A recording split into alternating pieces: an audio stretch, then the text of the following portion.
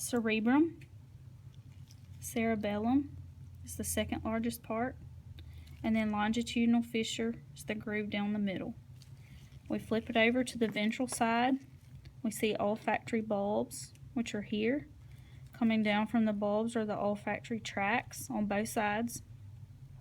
Then where the optic nerves cross over each other, that is called the optic chiasma.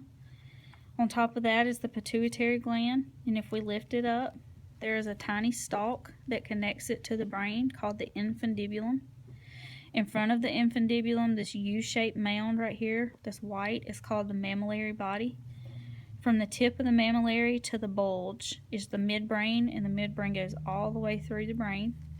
Then we have the first bulge is the pons varioli, second bulge is medulla oblongata, and then the spinal cord.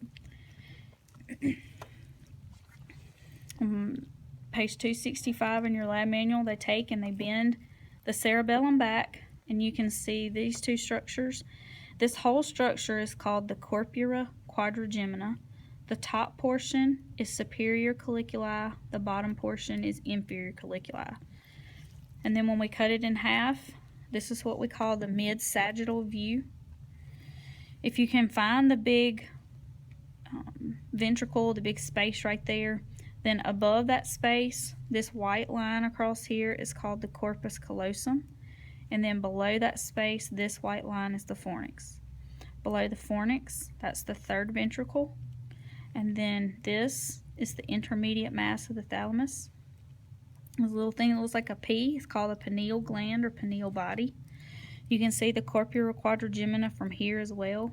And then underneath the cerebellum, you have fourth ventricle. And then the white tree branch inside the cerebellum is called the arbor vitae.